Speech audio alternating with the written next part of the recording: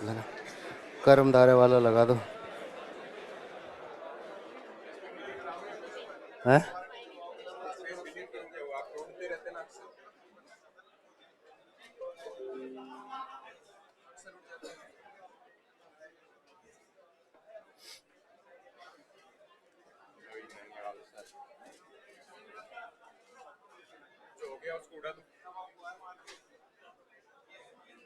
उड़ा दो उसको, फिर बीच में गायब हो जाता है लिखने वाला ना।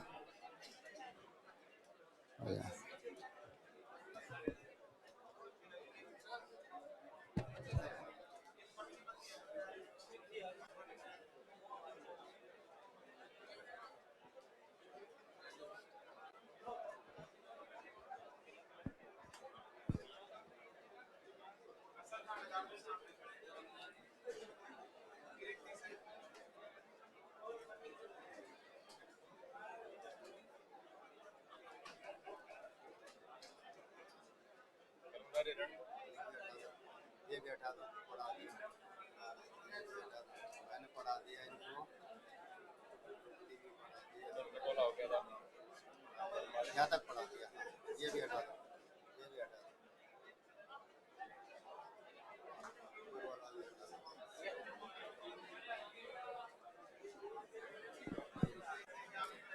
ध्यान दो, कर्मधारय समास, सभी थानाधिकारी आ गए ना।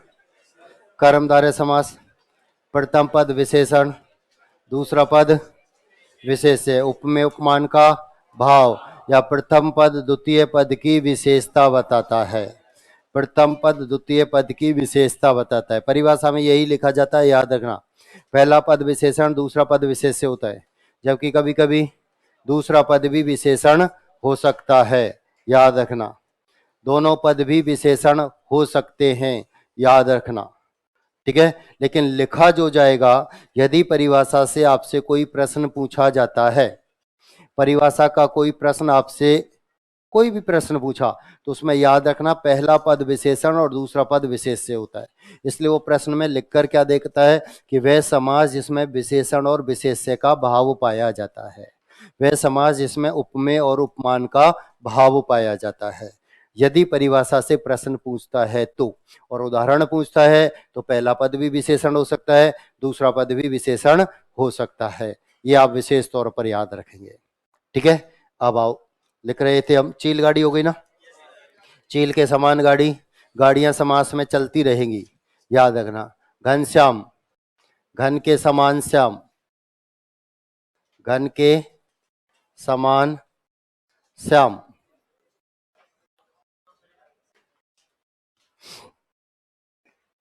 घन के समान श्याम, घन बोलते हैं बादल को, श्याम बोलते हैं काला। अब देखो ये क्या है, विशेषण है। ये क्या है, विशेषण है। अब कौन सा पद विशेषण है यहाँ, दूसरा पद विशेषण है। कौन सा पद विशेषण है यहाँ, ठीक है। और यदि हम इसका विग्रह, देखो एक पंक्ति लास्ट में मैं आपको बताऊंगा कि विग्रह के अनुसार समास का नाम परिवर्तित हो जाता है। जैसा हम विग्रह करते हैं उसी के अनुसार हमें समास का चयन करना पड़ता है। और यही कारण है कि एक ही उदाहरण एक ही पुस्तक में दो जगह देखने को मिलता है। यदि आप उसे ध्यान से देखेंगे तो दोनों जगह उसका विग्रह अलग अलग होगा। ये हमने लिखा है अभी कर्मधारय में। अब हम इसका विग्रह करते हैं, घन के समान श्याम है जो वह है, तब ये कृष्ण का पर्यायवाची हो जाएगा और बहुब्री में पहुंच जाएगा, याद रखना। विग्रह के कभी कभी विग्रह देकर भी प्रश्न पूछे जाते हैं कि समास का सही क्रम है। अब ये उन्होंने विग्रह लिखा घन के समान श्याम, सामने लिख दिया यहाँ पर बहुब्री, तो ये गलत हो जाएगा, ठीक है। यहाँ यदि सामने कर्मधारय लिखता है तो सही होगा। वह विग्रह में लिखता है घन के समान श्याम है जो वह है, फिर कर्मधारय लिखता है तो फिर गलत हो जाएगा, याद रखना। तो मैंने आपको सिर्फ इतनी सी बात बताई है, अभी डिटेल बताऊंगा जब समास समाप्त करूंगा तब, कि विग्रह के अनुसार समास का नाम परिवर्तित हो जाता है। और यही कारण है कि एक उदाहरण एक ही पुस्तक में दो जगह देखने को मिलता है। यदि आप उसे ध्यान से देखेंगे तो दोनों जगह उसका विग्रह अलग अलग होगा, ठीक है। तो विग्रह जैसा हम विग्रह करेंगे उसी के अनुसार हमें समास का चयन करना होता है। ठीक। कुसुम कोमल, कुसुम के समान, कुसुम के समान कोमल, कुसुम बोलते हैं पुष्प को, फूल को। आप ध्यान दो, विशेषण का है, दूसरा पद विशेषण है, दूसरा पद विशेषण है। ठीक है, पहला नहीं। कमल नैन, कमल के समान नैन, कमल के समान नैन, कमल के समान नैन। कमलाक्ष, विग्रह वही, कमल के समान नैन। इसमें मूल शब्द देखो, कमल प्लस अक्ष, अक्ष में भी मूल शब्द अक्षी होता है, याद रखना। अक्षी बोलते हैं आंख को, मूल शब्द जो होता है वो अक्षी होता है। ठीक है, हिंदी में ये लिखा जाता है, मूल शब्द का नाम जब आता है तो अक्षी होता है, अक्षी आंख का पर्यायवाची हुआ करता है। विग्रह वही जो ऊपर लिखा है। चंद्र वदन, दो शब्द होते हैं, एक होता है बदन और एक होता है वदन। ये आता है युग्म शब्द में, ये युग्म शब्द हमारे सिलेबस में एक जैसे प्रतीत होने वाले शब्दों में अंतर हुआ करता है, जिन्हें हम बोलते हैं समश्रुति भिन्नार्थक शब्द। सुनने में जो समान होते हैं लेकिन अर्थ उनके अलग अलग होते हैं, दो अलग अलग है। ऊपर शब्द लिखा है बदन, जिसमें बै, जिसका अर्थ होता है शरीर, और ये होता है वदन, जिसका अर्थ होता है मुंह। लिखेंगे चंद्रमा के समान मुंह, चंद्रमा के समान,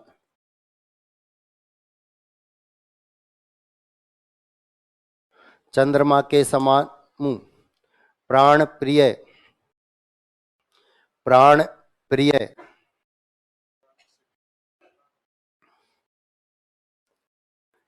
प्राणों के समान प्रिय।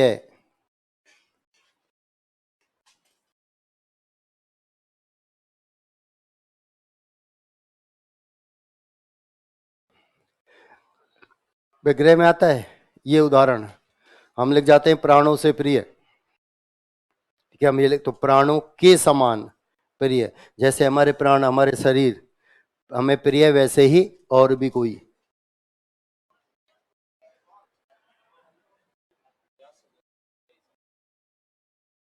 लोह पुरुष, लोह के समान, लोह के समान पुरुष, लोह के समान मजबूत, दृढ़ निश्चय वाला।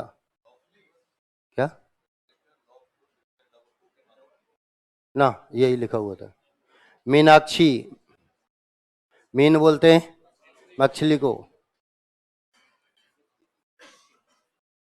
मछली के समान नेत्र।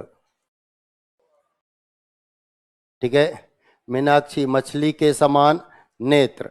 अब इसका विग्रह क्या होता है वास्तविक, ध्यान देना। अब आपको ऑप्शन में यही लिखा हुआ नजर आएगा, मछली के नेत्रों के समान नेत्र, ये होता है इसका विग्रह। मछली के नेत्रों के समान नेत्र, मछली के नेत्र सुंदर माने गए। ठीक है, विद्युत चंचला, विद्युत के समान चंचल, विद्युत बोलते हैं विद्युत के समान चंचल। ये उपमेय उपमान के भाव चल रहे हैं, जिसमें एक की उपमा दूसरे से दी जाती है। विद्युत के समान चंचल,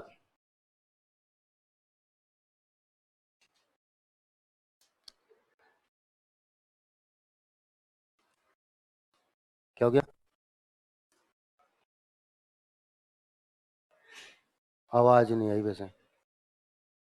विद्युत के समान चंचल, विद्युत के समान चंचल, चरण कमल, चरण रूपी कमल, कमल के समान चरण, कोमल मुलायम, देहलता, लता रूपी देहे, लता के समान देहे,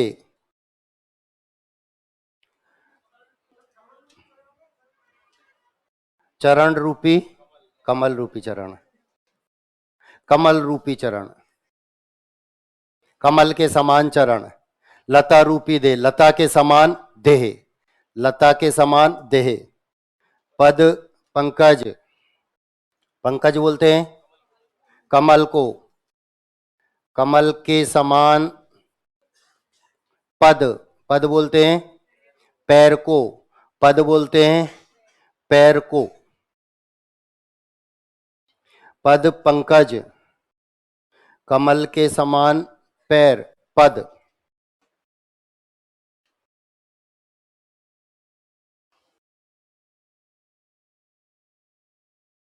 कर कमल,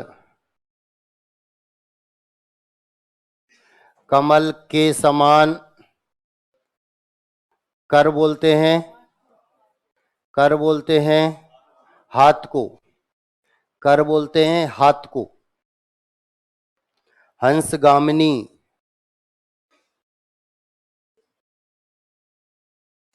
हंस के समान चाल, हंस के समान चाल, नर केसरी,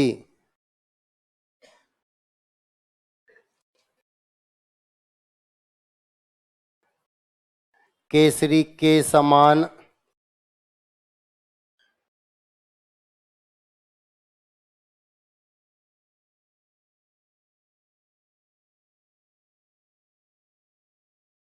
केसरी के समान नर, केसरी बोलते हैं शेर को, शेर के समान नर, रत्न ग्रंथ, रत्न, रत्न रूपी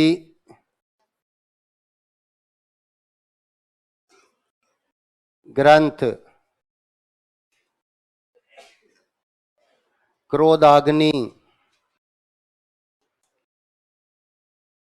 क्रोध रूपी अग्नि, क्रोध रूपी अग्नि, अग्नि रूपी क्रोध भी हो सकता है, उपमेय उपमान दोनों आपस में परिवर्तित भी हो जाया करते हैं। संसार सागर, संसार रूपी सागर, संसार रूपी सागर,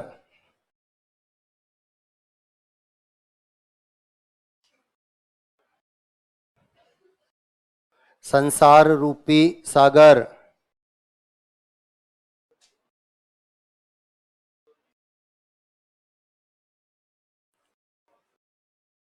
सद्बुद्धि,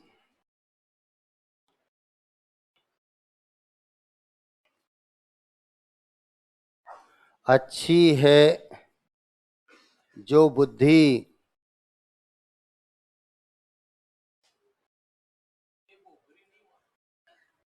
क्या हो गया, कैसे,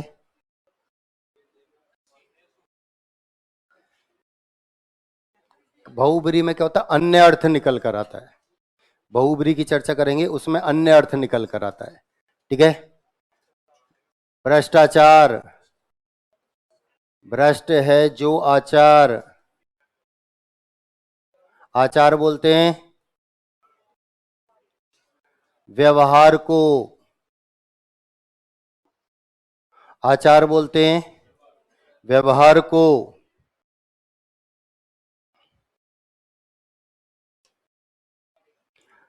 मंद बुद्धि,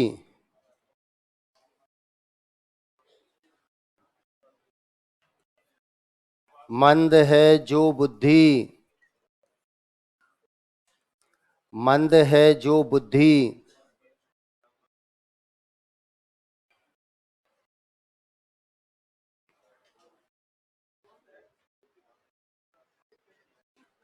मंद है जिसकी बुद्धि वह है, ठीक है, फिर बहुब्री में पहुंचता है। मंद है जिसकी बुद्धि वह है, ठीक है, जिसे हम फिर अन्य अर्थ निकालकर पागल लेते। मंदाग्नि, मंद है जो अग्नि, मंद है जो अग्नि।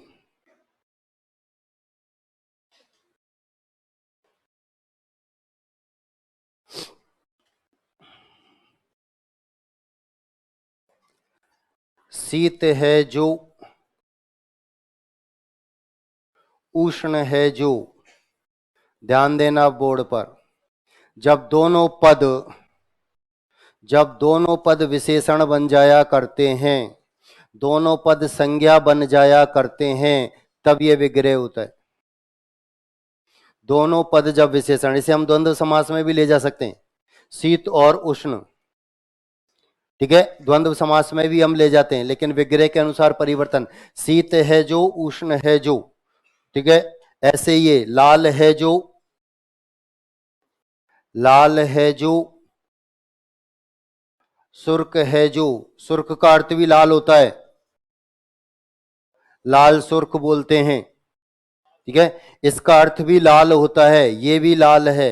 दोनों पद विशेषण है, दोनों पद जब विशेषण बन जाया करते हैं तो ये विग्रह होता है। लाल है जो, सुर्ख है जो, ये भी लाल होता है और ये भी लाल होता है, यहां दोनों ही विशेषण है। और किसी भी रंग का नाम, किसी भी रंग का नाम विशेषण होता है, याद रखना। देवर्षि, देव है जो, ऋषि है जो।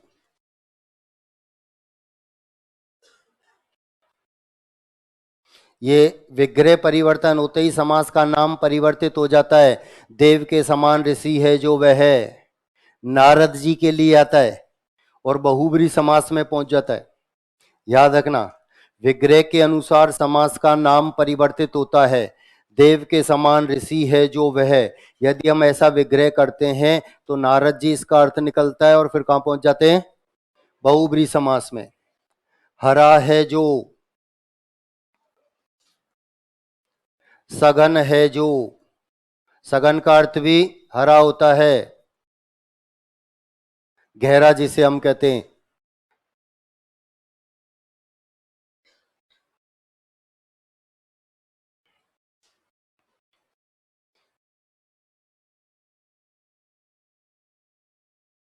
पाषाण हृदय, पाषाण बोलते हैं पत्थर के समान हृदय, कठोर हृदय जिसे कहा जाता है।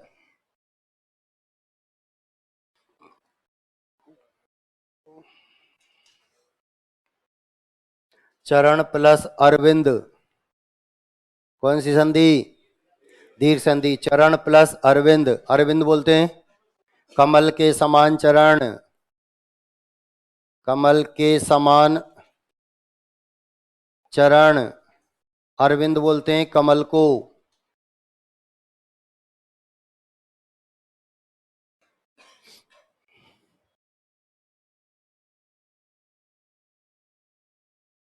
शार्दुल के समान नर,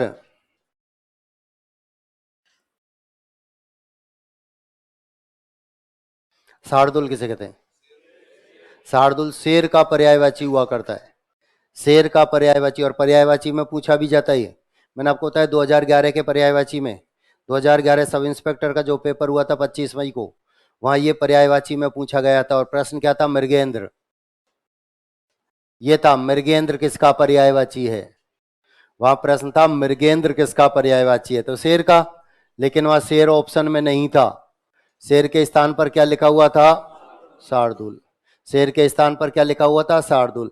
पहले तो हमें यही नहीं पता ये किसका पर्यायवाची है, ये तो सब तब पता होगा, ये स्थिति रहे। इसके लिए मैंने आपको एक बात बताई थी, यदि धुंधला सा याद है तो, अखबार की वर्ग पहेली भरनी है, चाहे आप पत्रिका पढ़ते हैं या भास्कर पढ़ते हैं, दोनों पढ़ते हैं तो और भी अच्छी बात है।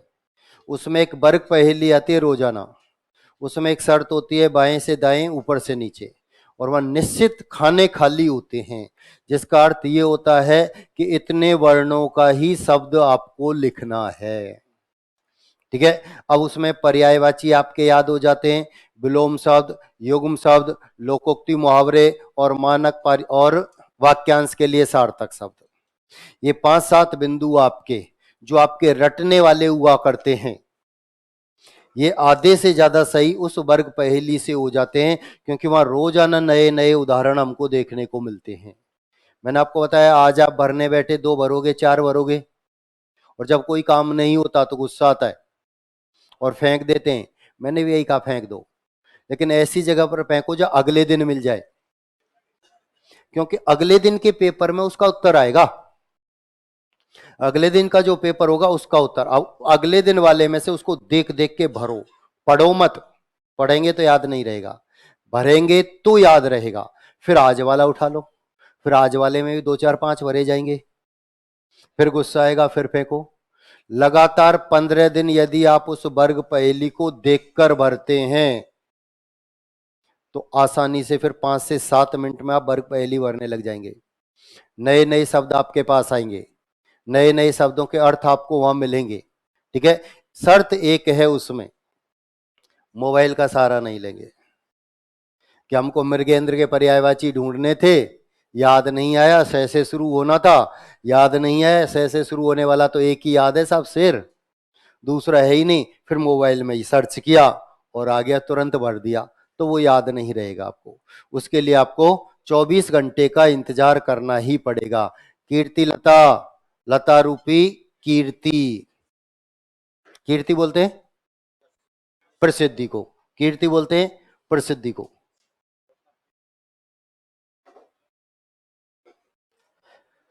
हेडिंग डालो द्वंद्व समास, पेन कॉपी बंद कर दो और बोर्ड पर आ जाओ सभी थानाधिकारी।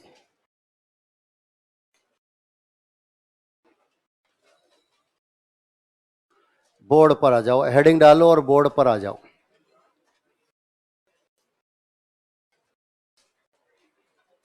ध्यान दो, बोर्ड पर आओ।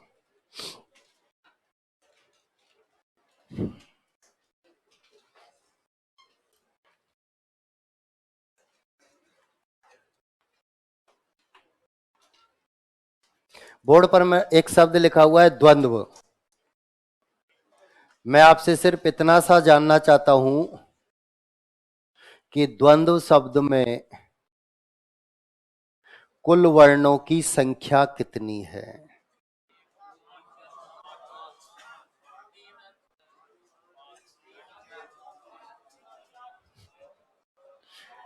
हिंदुस्तान एक मत हो सकता है क्या?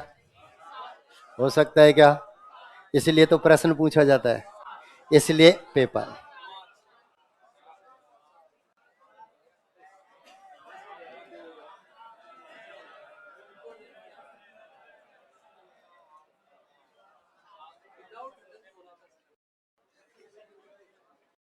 स्पेलिंग पूछी थी मैंने हिंदी में, कब? जब शब्द सामने लिखा हुआ है। यही काम यदि हम अंग्रेजी में करते तो सबके सब सही होते। मैं अंग्रेजी में कोई शब्द लिखता, फिर आपसे पूछता कितने वर्ण हैं, किसी का गलत होता क्या? यही काम मैंने हिंदी में किया, जबकि शब्द खोलना मैं आपको बता चुका हूं, शब्द कोश के प्रश्न मैंने 2, 4, 5 आपको कराए थे। तो किस शब्द के अंतर्गत कौन कौन से वर्ण है ये हमको पता होना चाहिए। मैंने आपको पहले भी कहा ऐसे प्रश्न पूछे जा चुके, और आप ये भी नहीं कह सकते कि साहब सिलेबस में नहीं है। उदाहरण मैंने आपको बताया था, मीनाक्षी,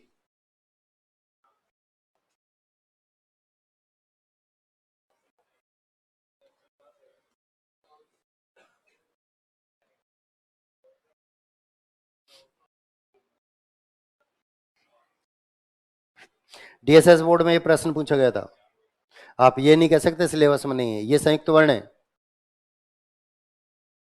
इन दोनों के योग से मिलकर बना है, ये मैं आपको बता चुका। ऐसे प्रश्न पूछे जाएंगे और हम क्या करेंगे, सब पता ही नहीं कहां से आया है, ऐसा तो सिलेबस में ही नहीं था।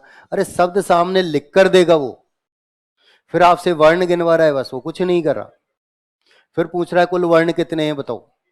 ऐसे प्रश्न हमको आने चाहिए। ऐसे थोड़ी राम शब्द लिखेगा सीधा सा फिर पूछेगा कितने वर्ण हैं, ऐसा थोड़ी आएगा हमारे सामने। ऐसे ही शब्द आएंगे, ऐसे ही शब्द आएंगे, तभी तो पूछेगा। द्वंद्व समास, ठीक है। पहले हम सामान्य सा परिचय द्वंद्व का करते हैं। मैं आपको माध्यमिक शिक्षा बोर्ड से लेकर कंपटीशन तक चलूंगा। तो सबसे पहले द्वंद्व समास में हमने क्या पढ़ा था, मैं ये चर्चा कर लेता हूं। सबने द्वंद्व समास में सबसे पहली पंक्ति पढ़ी थी कि द्वंद्व समास में दोनों पद प्रधान होते हैं, सबने यही पढ़ी थी। दूसरी पंक्ति पढ़ी थी दोनों के मध्य और अथवा या शब्द का लोप होता है। दो पंक्तियां लगभग सबने पढ़ी। दोनों पद प्रधान होते हैं, दोनों के मध्य और अथवा या शब्द का लोप होता है, ठीक है। तीसरी पंक्ति कुछ ने तो पढ़ी और कुछ ने नहीं पढ़ी, ठीक है। और वो क्या थी, पद एक दूसरे के विपरीत होते हैं, पद एक दूसरे के पद एक दूसरे के विपरीत होते हैं। अब बताओ द्वंद्व का मतलब क्या होता है? द्वंद्व का मतलब होता है झगड़ा, और झगड़ा हमेशा बराबर वालों में होता है। कोई कमजोर व्यक्ति ताकतवर से झगड़ता है क्या? मरना थोड़ी है। ताकतवर व्यक्ति कमजोर से झगड़ता है क्या कि मर मरा गया तो कोर्ट कचहरी के चक्कर लगाने पड़ेंगे? हाथ जोड़ता है, निकल जाता है, भाई साहब आप जो करे वो सही है। सबसे पहला उदाहरण हमने कौन सा पढ़ा था? माता पिता दोनों झगड़ते हैं। ये दूसरी बात है, हम घर की बातें बाहर नहीं बताते, झगड़ते तो हैं। अब कई तो ये सोच रहे हैं साहब अब तो हमारे झगड़ने के दिन आ गए, आप चाहे तो हमारा भी उदाहरण दे सकते हैं। तो द्वंद्व समास में हमने तीन पंक्तियां पढ़ी थी। पहली पंक्ति दोनों पद प्रधान होते हैं, दूसरी पंक्ति दोनों के मध्य और अथवा या शब्द का लोप होता है, तीसरी पंक्ति पद एक दूसरे के विपरीत होते हैं। स्वाभाविक सी बात है, जब पद एक दूसरे के विपरीत होंगे तभी तो द्वंद्व होगा, तभी तो झगड़ा होगा। एक जैसे होंगे तो समझौता हो जाएगा, एक जैसे होंगे तो समझौता हो जाएगा। ये पढ़ा था हमने माध्यमिक शिक्षा बोर्ड तक, 10वीं तक, जहां हमारे सामने प्रश्न आता था कि द्वंद्व समास किसे कहते हैं, उदाहरण सहित लिखिए। तब हम ये तीन पंक्ति लिखते थे, दो उदाहरण लिखते थे, एक माता पिता और एक दिन रात। पूरा राजस्थान यही लिखता था, ठीक है। अब हम बात करते हैं कंपटीशन की, तो ध्यान देना। द्वंद्व समास में दोनों पद संख्यावाची हो सकते हैं, लेकिन संख्याएं असमान होनी चाहिए। दोनों पद संख्यावाची हो सकते हैं लेकिन संख्याएं असमान। यदि संख्याएं समान हुई तो, संख्याएं समान हुई तो, संख्याएं समान हुई तो अव्ययी भाव। आपने उदाहरण लिखा था 1-1, 10-10, तो दोनों पद वहां संख्यावाची थे और संख्याएं कैसी थी, समान। तो द्वंद्व समास में दोनों पद संख्यावाची हो सकते हैं लेकिन संख्याएं असमान। उदाहरण आता है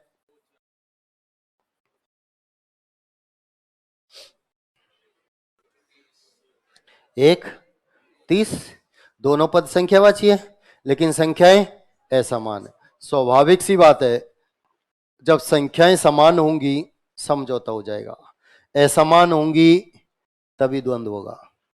तो दोनों पद संख्यावाची हो सकते हैं लेकिन संख्याएं असमान होनी चाहिए। अब हम थोड़ा सा असमंजस की स्थिति में आ गए।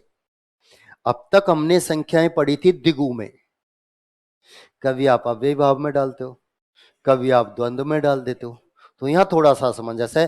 पहले मैं इन संख्याओं का ही निपटारा कर देता हूं, पहले हम इन संख्याओं की चर्चा करेंगे, समास तो बाद में पढ़ते हैं। 6 भाई हैं, जायदाद का बंटवारा हो रहा है, 6 भाई मतलब 6 समास, जायदाद का बंटवारा चल रहा है। द्विगु के बट में संख्यावाची पद आते हैं और द्विगु संख्यावाची पदों के साथ बहुत अच्छी तरह से अपना जीवन यापन कर रहा है। अव्ययीभाव चलता है, दिगु के ऊपर आक्रमण करता है और कहता है दोनों पद संख्यावाची हुए और संख्याएं समान हुई तो मेरे साथ रहेंगी, फिर तेरा उदाहरण नहीं होगा। अव्ययीभाव दिगु के ऊपर आक्रमण करता है और कहता है दोनों पद संख्यावाची हुए और संख्याएं समान हुई तो मेरे साथ रहेंगी, फिर तेरा उदाहरण नहीं होगा। दिगु कहता है ठीक है ले जा। अब कुछ दिन के बाद द्वंद्व चलता है, दिगु के ऊपर आक्रमण करता है और कहता है दोनों पद संख्यावाची हुए और संख्याएं असमान हुई तो मेरे साथ रहेंगी, फिर तेरा उदाहरण नहीं होगा। दोनों पद संख्यावाची और संख्याएं असमान तो मेरे साथ रहेंगी, फिर तेरा उदाहरण नहीं होगा। दिगु कहता है ठीक है तू भी ले जा, मैं तो एक ही पद संख्यावाची रख लूंगा। अब दो पद तो संख्यावाची रख नहीं सकता, रख सकता है क्या? यदि दो पद संख्यावाची रखता है और संख्याएं समान होती हैं तो अव्ययीभाव ले जाता है और संख्याएं असमान होती हैं तो द्वंद्व ले जाता है। ठीक। अब मन में एक प्रश्न आया, सब दिगु पर ही आक्रमण क्यों कर रहे हैं? सब दिगु पर ही आक्रमण क्यों कर रहे हैं? दिगु जब आएगा तब देखेंगे, अभी तो इससे दो दो हाथ करें। तो द्वंद्व, एक नई बात जो हमारे सामने आई वो क्या कि द्वंद्व समास में दोनों पद संख्यावाची हो सकते हैं लेकिन संख्याएं असमान होनी चाहिए, लेकिन संख्याएं असमान होनी चाहिए। ठीक। अब आप मुझे सिर्फ इतना सा बता दो, गिनती याद है? अरे गिनती याद है या भूल गए? याद है? बोलना।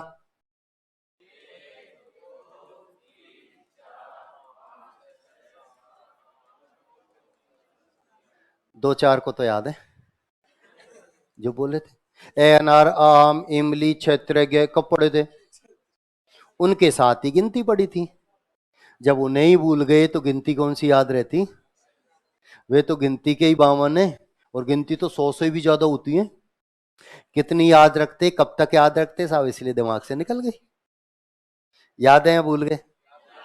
अरे याद है या भूल गए? मुझे तो सिर्फ इतना सा बता दो, 10 का पहाड़ा याद है? 10 का पहाड़ा याद है? बोलना।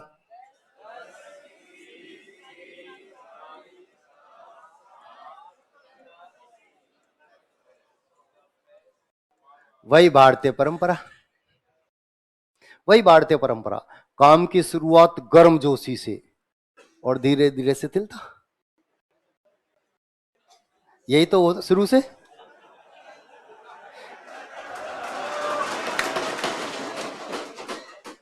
जब से हमने होश संभाला है, 8वीं क्लास की बात बता रहा हूं मैं आपको, तब से समय सारणी बन रही है। जब से होश संभाला तब से समय, 8वीं क्लास से समय सारणी, इतने घंटे पढ़ेंगे, इतने घंटे खेलेंगे, इतने घंटे टीवी देखेंगे, इतने घंटे सोएंगे। सिर्फ पढ़ने के समय में ही कटौती हुई, बाकी के सब बढ़ते चले गए और आज भी यही स्थिति बरकरार है। फॉर्म भरा सब इंस्पेक्टर का एक जोश कि इस बार तो कुछ भी हो जाए एक सीट तो हमारी रहेगी। दिन रात एक कर देंगे, सबको भूल जाएंगे और धीरे धीरे शिथिलता। ठीक है। फिर जोश कब आता है? जब परमिशन लेटर आना शुरू होता है, तब फड़फड़ा कर रह जाते हैं। 90% फॉर्म सिर्फ भरे जाते हैं, सहयोग राशि के तौर पर सरकार को दी जाती है। 10% छात्र कंपटीशन में होते हैं, 1% का सिलेक्शन होता है। ये आप भी जान रहे हैं, मैं भी जान रहा हूं, शुरू से यही है। 100% फॉर्म भरे जाएंगे। मैं बीमार हूं, आईसीयू में भर्ती हूं, बाहर आऊंगा या नहीं पता नहीं, लेकिन अगर आज लास्ट डेट है तो मेरे मिलने वाला कोई ना कोई, घर का, परिवार का, मित्रगण, कोई ना कोई फॉर्म भर देगा, जबकि मेरी कोई उम्मीद ही नहीं है आऊं या नहीं आऊं। तो 100% तो फॉर्म भरे ही जाते हैं, तैयारी 10% करते हैं, जोश होता है और धीरे धीरे वही शिथिलता आ जाया करती है। आप सब जानते हैं, जब हम पढ़ते थे तब शिक्षा में दंड का प्रावधान था। आज विद्यालय में बच्चे को पीट नहीं सकते, नहीं तो अगले दिन ही अखबार में फोटो आ जाता है, आता है या नहीं? तो विद्यालय में बच्चे को पीट नहीं सकते। हमारे समय में शिक्षा में दंड का प्रावधान था और हमारे एक सर डंडे को ज्ञान बोधनी बोलते थे, ज्ञान का बोध कराने वाली, और अलग अलग दिन अलग अलग छात्र को उसकी जिम्मेदारी सौंपते थे। आज तू लेकर जाएगा, कल तू ही लाएगा, नहीं सबसे पहले तू पिटेगा, क्योंकि छात्र डंडे को गायब कर देते थे। और जब एक की जिम्मेदारी रहेगी तो वो लाता ही लाता था। ठीक है। अब कुछ छात्र ऐसे होते थे जिनको प्रार्थना याद नहीं होती थी और वो पीटीआई के डर की वजह से सिर्फ होठ हिलाते थे।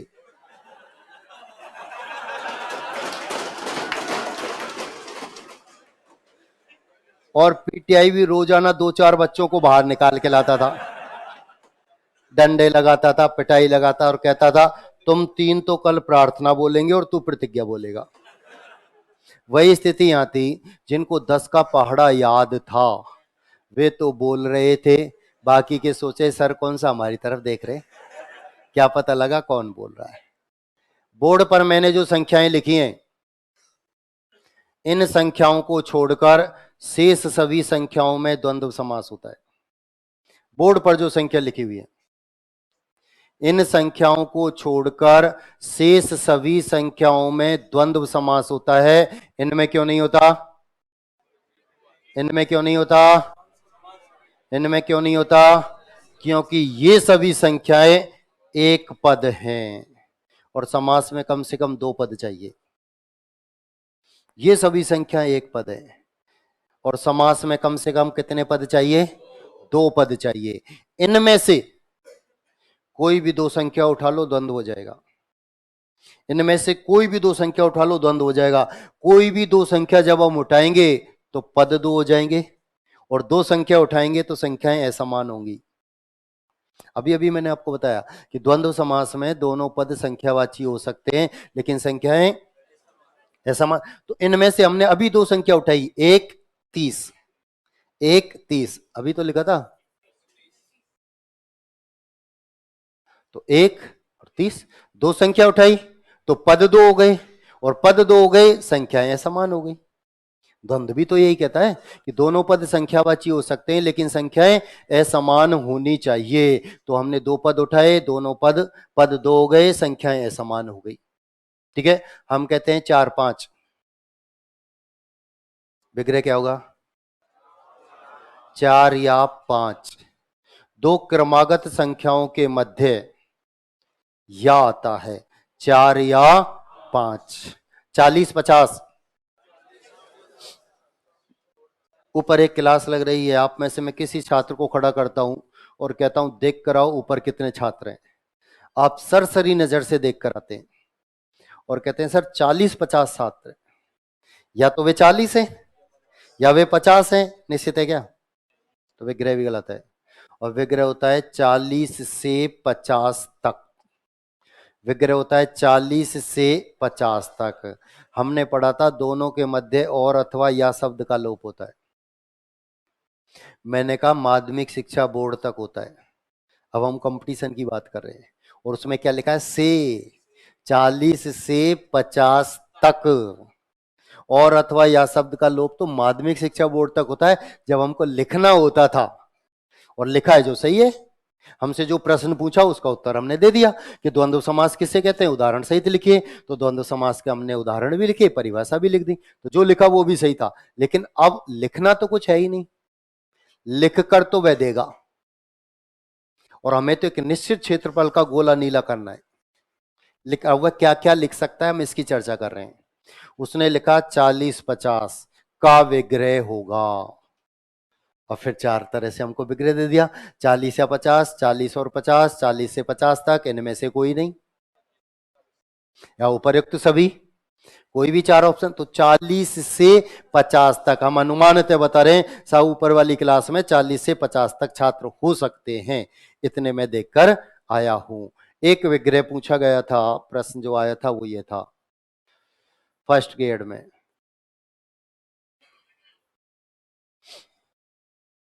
विग्रह पूछा गया था, क्या होगा?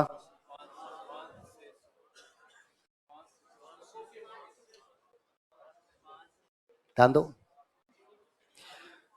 जो संख्या लिखी है, बोर्ड पर आओ एक बार, आपस में आप बहुत अच्छा बताते हैं मैं जानता हूं, इसलिए आपस में चर्चा नहीं करनी। जो संख्या आपको दी हुई होती है, यदि उसकी पूर्ति हो जाती है तो विग्रह सही है, नहीं तो गलत है। हम कहते हैं 5 और 100, 500 होते हैं क्या? 5 से 100 तक 500 होते हैं क्या? विग्रह होता है 5 बार 100, विग्रह होता है 5 बार 100, 500। हमने पढ़ा था और अथवा या शब्द का लोप होता है, मैंने कहा माध्यमिक शिक्षा बोर्ड तक होता है। अब क्या लिखा उसने? बार, 5 बार 100, 500। ठीक है, आप सबने महादेवी वर्मा का एक संस्मरण पढ़ा था, रेखा चित्र, भक्तिन, 12वीं क्लास अनिवार्य हिंदी में था। भक्तिन, भक्तिन जो है महादेवी वर्मा की सेविका है, नौकरानी है। ठीक है, महादेवी वर्मा बाजार से जब कोई सामान मंगाती थी और उसमें से कुछ पैसे बच जाते थे तो भक्तिन लौटाती नहीं थी, अपनी जेब में रख लिया करती थी। ठीक है, एक बार भक्तिन महादेवी वर्मा से कहती है कि मेरे गांव चलो, और महादेवी वर्मा मना कर देती है, नहीं चल सकती।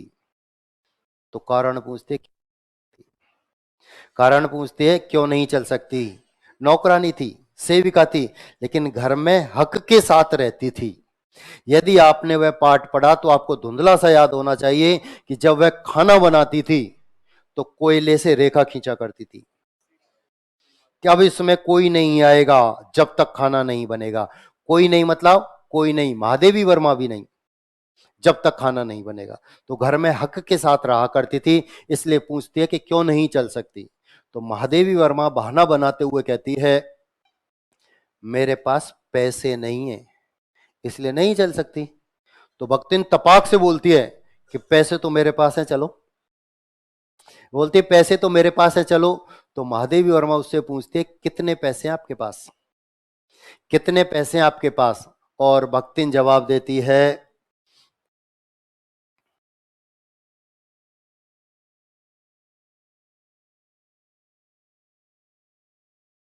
5 BC 5।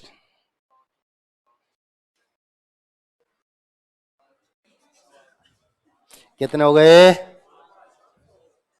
ये वही है जिनको 10 का पहाड़ा याद नहीं था। कितने हो गए? कितने हो गए? 105। 5 बार 20 और 5, 5 बार 20 और 5, 105। भक्तिन ने ऐसा जवाब क्यों दिया?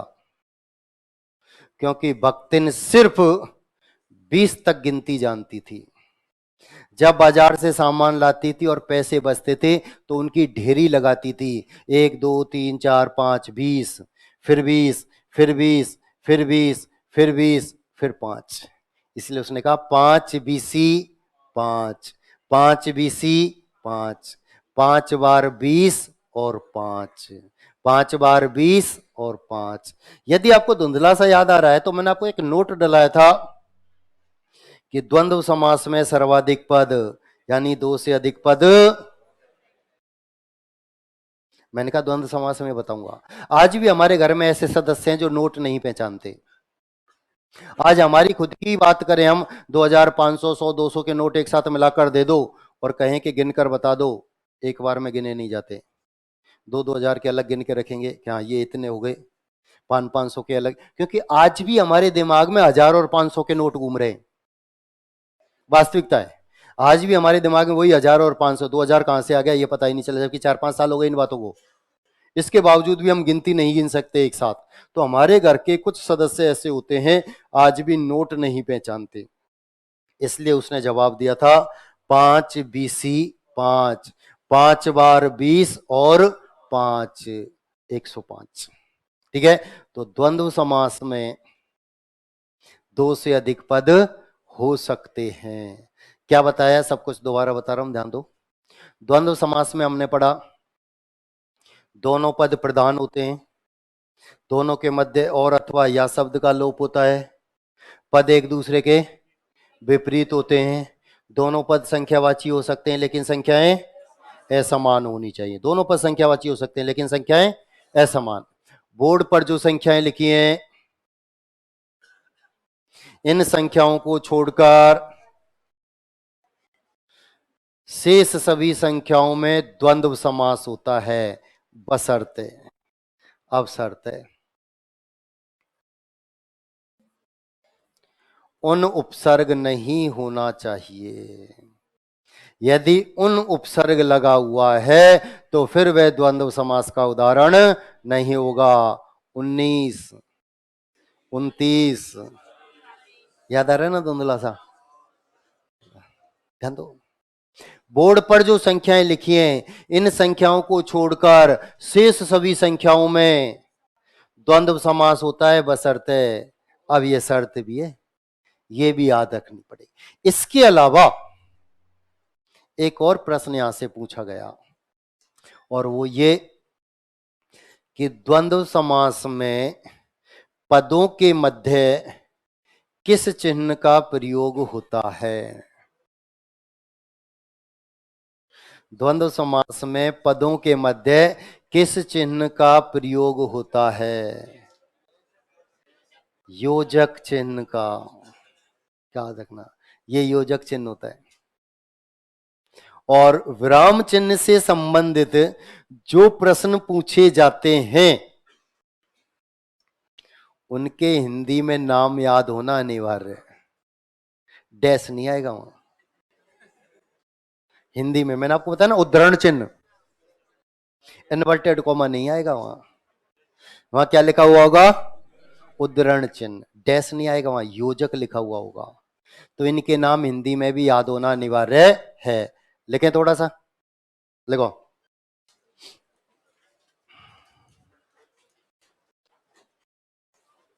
द्वंद्व समास जिस समास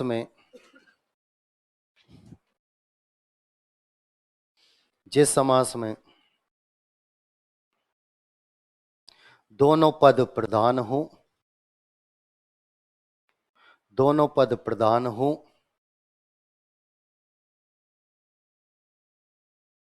तथा दोनों के मध्य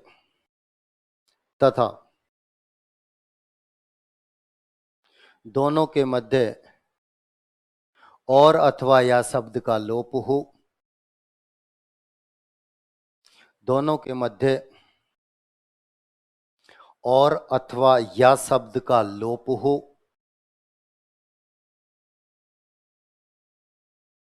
या पद एक दूसरे के विपरीत हो, या पद एक दूसरे के विपरीत हो,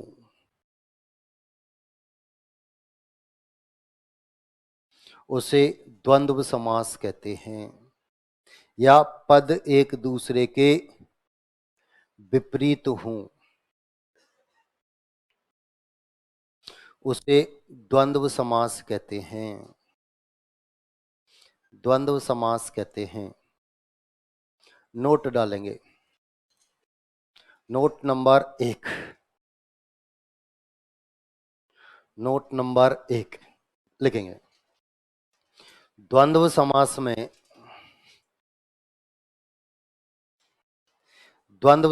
में दोनों पद संख्यावाची हो सकते हैं। द्वंद्व समास में दोनों पद संख्यावाची हो सकते हैं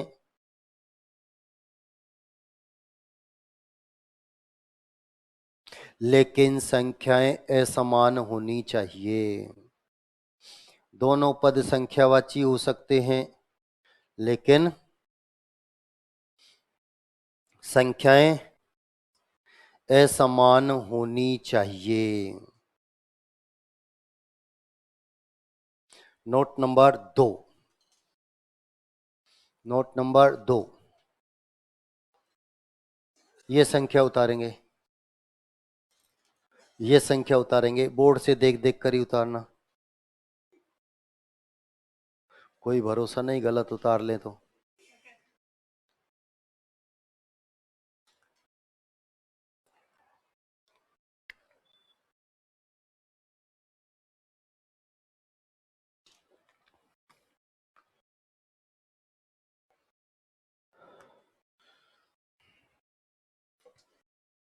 एक, दो, तीन, चार, पाँच, छः, सात, आठ, नौ, 10, 20, 30, 40, 50, 60, 70, 80, 90, 100 संख्याओं को छोड़कर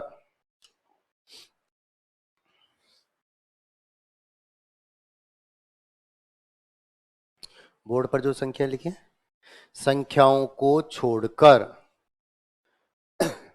शेष सभी संख्याओं में, संख्याओं को छोड़कर शेष सभी संख्याओं में द्वंद्व समास होता है। शेष सभी संख्याओं में द्वंद्व समास होता है, बशर्ते उन उपसर्ग नहीं होना चाहिए, बशर्ते उन उपसर्ग नहीं होना चाहिए।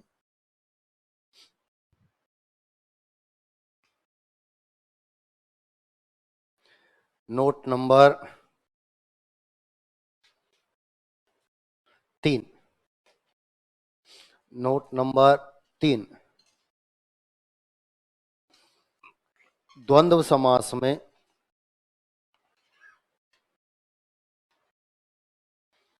द्वंद्व समास में पदों के मध्य, द्वंद्व समास में पदों के मध्य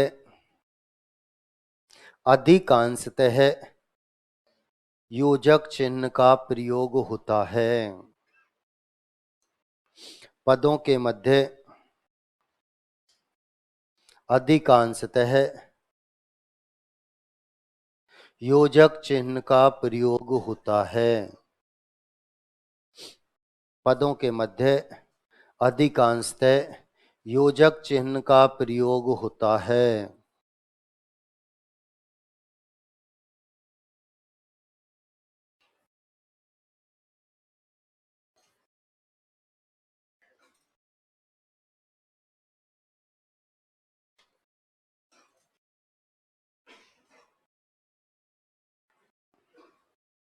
शब्द शुद्धि में पूछा जाता है, बोर्ड पर आए, शब्द शुद्धि में पूछा जाता है। देखो पुस्तक में ये लिखा हुआ नजर आता है, और मैंने आपको बताया हिंदी में अधिकांशतः जो वर्ण आधा दिखाई देता है वह पूरा होता है, जो पूरा दिखाई देता है वह आधा होता है। न आपको आधा दिखाई दे रहा है, पूरा है पूरा दिखाई दे रहा है, जो कि आधा है। चिन्ह शब्द होता है, चिन्ह शब्द नहीं होता, चिन्ह है पहले बोलता है न बाद में बोलता है, चिन्ह है पहले बोलता है न बाद, चिन्ह नहीं होता, हम जो लिखते हैं वो अशुद्ध होता है। ये शब्द शुद्धि में पूछा भी जाता है, ये शब्द शुद्धि में पूछा भी जाता है। क्या लिखा वो सब मैं आपको फिर बता दूं। द्वंद्व समास में दोनों पदों की प्रधानता, यही तो लिखा था, दोनों पदों के मध्य है और अथवा या शब्द का लोप, अधिकांशतः पद एक दूसरे के विपरीत पूरक, ठीक है। दोनों पद संख्यावाची हो सकते हैं लेकिन संख्याएं असमान। बोर्ड पर आपने संख्याएं लिखी थी 1, 2, 3, 4, 5, 6, 7, 8, 9, 10, 20, 30, 40, 50, 60, 70, 80, 90, 100 संख्याओं को छोड़कर शेष सभी संख्याओं में और पदों के मध्य अधिकांशतः योजक चिन्ह का प्रयोग होता है। इनके भाग और उदाहरण इनकी चर्चा करेंगे अगली क्लास में।